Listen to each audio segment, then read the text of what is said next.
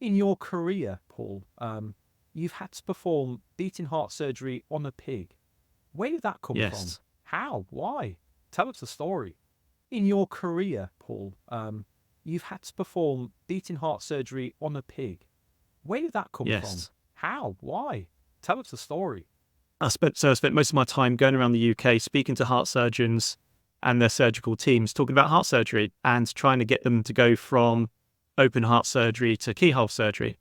And part of the training, where the pig surgery came in, I had to learn the procedures. I had to, because I spent most of my time in surgery, watching and overseeing the operations.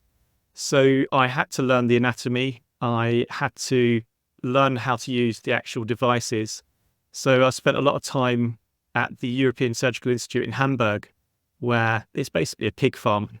Absolutely. Yeah, and I think that's part of the value of what we do at VCMO is we're not just consultants advising businesses on what they need to do with their marketing strategy. Today I've been working with a client and I've been actually setting up their Google Analytics 4 connections to their website. So quite happy to get my hands dirty with that very boring, tedious process. I think best practice is all about the frameworks, because the frameworks that I use, all the classic ones, they're designed to be completely agnostic. And I think really where a lot of businesses get things wrong is they don't apply these frameworks as part of the strategic planning process. And, there's a famous saying, there's no use rowing harder if you're rowing in the wrong direction. But I wouldn't always rely on gut instincts to make strategic decisions because, again, that can be quite a dumb thing to do sometimes, especially on big ticket projects. I think certainly with the fractional leadership model, you don't, businesses no longer have to spend a six-figure salary on bringing on a full-time CMO into the business. They can bring in someone like me on a fractional basis from day one, even if it's only half a day of advice a month. And it's not just marketing.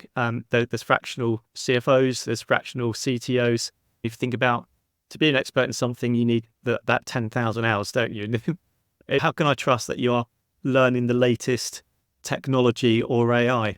And that's really where the accreditations come in. Let the marketer be the expert, give options and make it informed choices, but don't tell them what to do. The marketing strategy should be the business strategy because it's focused all around the customer.